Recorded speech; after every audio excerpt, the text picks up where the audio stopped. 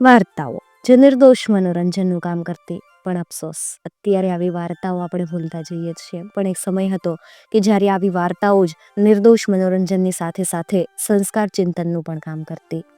Hello દોસ્તો, હું છું વૈશાલી અને આજે આપણે એક સરસ મજાની વાર્તા સાંભળવાના છીએ. આ બધી જ વાર્તાઓ કાલ્પનિક છે, એમ છતાં આ કાલ્પનિક વાતોમાંથી પણ જીવન જીવવા લાયક ઘણા બધા નૈતિક મૂલ્યોનો વિકાસ પહેલાંના સમયમાં આવી જ રીતે થતો. કારણ કે ત્યારે ટેકનોલોજીનો જમાનો નહોતો. વડીલો જે વાત કરતા એમાંથી જ બાળકોએ શીખવાનું રહેતું. એક ગામ હતું અને આ ગામમાં એક શિકારી રહે. ગામથી થોડે છેવાડે એનું છાપરું હતું. વગડામાંથી લાકડા વીણી લાવે અને ગામમાં વેચી અને જેમ તેમ કરી અને ગુજારો કરે. એને 4-5 તો છોકરા હતા. મોટો છોકરો હતો એની સાથે એ લાકડા લેવા જતો અને એને થોડું થોડું કામ પણ કરવા લાગતો. એનું નામ હતું ગલબો. હવે એવામાં ભયંકર દુકાળ પડ્યો. બધે માણસો ભૂખ તરસથી મરવા લાગ્યા. તો આ શિકારી બિચારાનું શું ગજવું કે ઈ નો મરે કે એને કાંઈ ન થાય. એને અને એની બૈરીને બાળો અને રાત ગામમાં વેતરું કરવું પડે તો પણ મુઠ્ઠી દાણા ન મળે અને એમાંથી બધાયનું પેટ ભરે જેમ તેમ કરીને આ બધું હાલતું હતું. એમ કરતા કરતા એવો વખત આવી ગયો કે દાડામાં એકવાર કોળિયો અનાજ પેટમાં નાખવાનું મળે તોય નસીબની વાત કહેતા. હવે એક દાડો મોટો છોકરો ગલબો વગડામાં લાકડા વીણવાઈ ગયો. ત્યાં એને કોઈ રડતું હોય એવો અવાજ સંભળાણો. ગલબો કે હશે કોઈ, રોતું હશે. ગલબો ઊભો રહ્યો. એને થયું કે બિચારું કોઈક મારા જેવું દુઃખી લાગે, ખાવા પીવા નહીં મળ્યું હોય એટલે રોતું હશે. હાલ જોઉં તો ખરો. માથે ભારી અને ઘરે જવા નીકળ્યો. એમ છતાં ગલબો પાછો ફર્યો. જાડીમાં થઈ અને થોડેક દૂર જોવે તો એક નાનકડું હરણનું બચ્ચું ઊભું ઊભું ડૂસકા ભરતું હતું. ગલબો કે અર, બિચારો મૂંગો જીવ ખૂબ દુઃખી થાય અને હરણની પાસે ગયો. પારી માથેથી નીચે ઉતારી અને હરણને ડીલે ધીમે ધીમે હાથ ફેરવો. ગલબાને તો હરણ ખૂબ ગમી ગયું. એણે એને તેડી લીધું.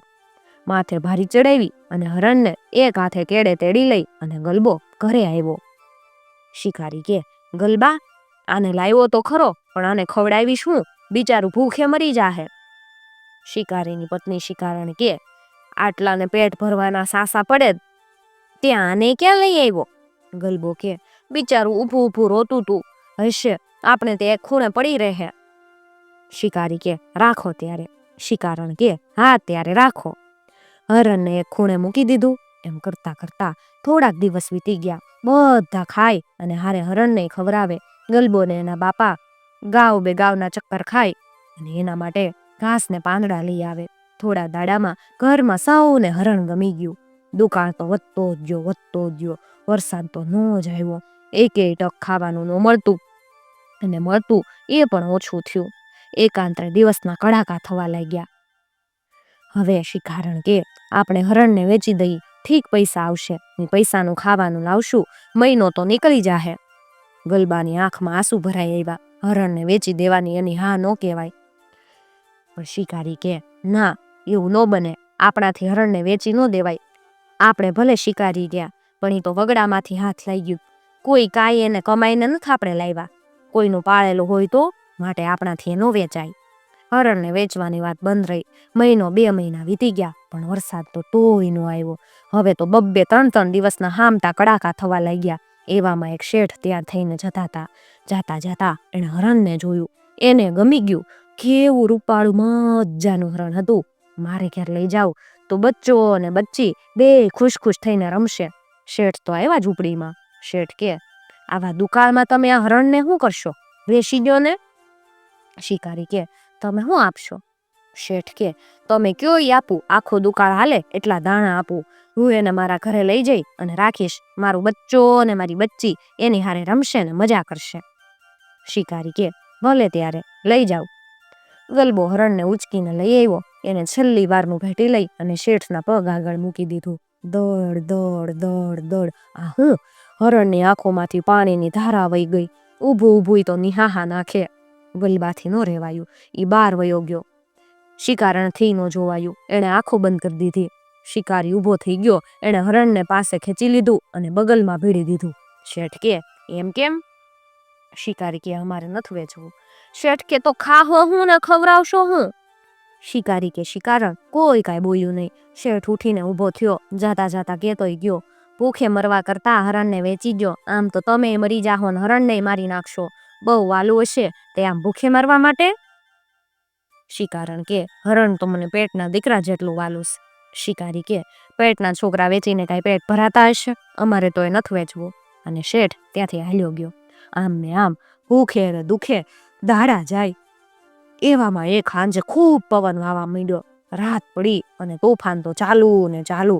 મધરાત થઈ, હજી વંટવો શેમો નહોતો. એવામાં ઝૂંપડીની બહાર એક ઝાડની નીચે કોઈ દુઃખથી કકળતું હોય એવો અવાજ આવ્યો. શિકારી કે કોઈ દુખ્યું લાગે. શિકારીને શિકારણ ઉઠ્યા અને ઝૂંપડીનો ઝાપો સહેજ ખસેડીને જોયું તો એક ડોશી ઝાડની નીચે કોકડું વળીને પડી હતી અને દુઃખથી ચીસો પાડતી હતી. શિકારણ કે બિચારી બહુ દુઃખી થાય. આવામાં ઘરની બહાર શી રીતે પડી એને રહેવા દેવાય? અને ઝાપો ઉગાડી એ તો બહાર ગઈ. ડોશીનો હાથ ઝાલ્યો અને કાંઈ પણ બોલ્યા વગર, કાંઈ પૂછ્યા વગર એને અંદર લઈ આવી. અંદર આવતા જ ડોશી તો પછડાઈને પડી ગઈ. શિકારી કે કંઈક બળતું ખરો બળતું. અને વગડામાંથી ગલબાએ તાજી જ લાવેલી ભારી હતી એ લાકડા ચેતાવી અને ડોશીને ગરમાવો કર્યો. હવે ડોશીને કાંઈ ભાન આવ્યું. એ બેઠી થઈ અને ચારે બાજુ ટગર ટગર જોવા લાગી. એનું શરીર અને મોઢું ભૂખથી એવા થઈ ગયા હતા કે જોઈને બીક લાગે. હવે એ ડોશી 8 દિવસની ભૂખી હતી. પેટ બતાવી એણે કાંઈ ખાવાનું માંગ્યું. હવે શું કરવું? ઘરમાં તો કાંઈ ખાવાનું હતું નહીં. ગલબો કે બાપા એમ કરો, આ હરણ શું કામનું? આપણે એને આટલા દાડા ખવડાવી પીવડાવી રાખ્યું જ ને, તો આજે એને ગલબો આગળ બોલી નહીં ગયો. હરણને મારી નાખવાનું કોઈને ગમ્યું નહીં, પણ એમ કર્યા વગર છૂટકો નહોતો. હવે શિકારી ઊભો થયો, ધારદાર છરી કાઢી. બિચારું હરણ નિરાતે પડ્યું ઊંઘતું હતું. શિકારી કે ના, એને ન મારું, બિચારું કેવું ઊંઘે. પણ ડોશી ભૂખથી બૂમો પાડે. ભૂખે એનો જીવ જાય. અહીંયા હરણ તો ઘસઘસાટ ઊંઘે, જાણે એમ જ ન કહેતું હોય કે મને મારી નાખો, હું તમારા શરણે જ છું. હવે આંખમાં આંસુ આવી ગયા. એક બાજુ ગલબો રોવે, બીજી તરફ શિકારણ રોવે. છોકરા હરણને પડખે કે ઊભા અને થથરતે હાથે શિકારીએ છરી ઉગામી. ત્યાં તો ઝગમગાટ થઈ ગયો. હરણ અલોપ થઈ ગયું, ડોશી અલોપ થઈ ગઈ અને સાક્ષાત જગદંબા હાથમાં ભોજનનો થાળ લઈને ઊભા હતા. સૌ એને પગે પડ્યા.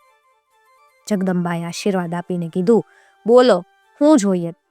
શિકારી કે માં વરસાદ આપો, લોક મરવા પડ્યું. જગદંબા કે તૈયાર ખાવાનું આપું તો? વરદાન આપું તો?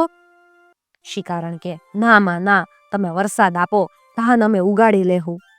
અને ઉત્તર દખણના વાયરા છૂટ્યા. ઝરમર ઝરમર ઝરમર વરસાદ શરૂ થયો અને લોકો ખુશ થઈ ગયા. ખેતરો ખેડાયા અને શિકારીના વાડામાં સારામાં સારો પાક થયો. લોકો પૂછે, એલ્યા આમ કેમ થયું? હવે શિકારીએ શું કીધું હશે એ તમારે કહેવાનું છે મને. આંબે આવ્યું મોર અને વાર્તા કહેશું પોર. મિત્રો, જો તમને આવી વાર્તાઓ સાંભળવી ગમતી હોય તો ચેનલને જરૂરથી સબસ્ક્રાઈબ કરી લેજો અને સાથે આપેલું બેલ આઇકોન પણ પ્રેસ કરજો, જેથી આવનાર નવા વિડીયોઝની નોટિફિકેશન સૌથી પહેલાં તમે મેળવી શકો.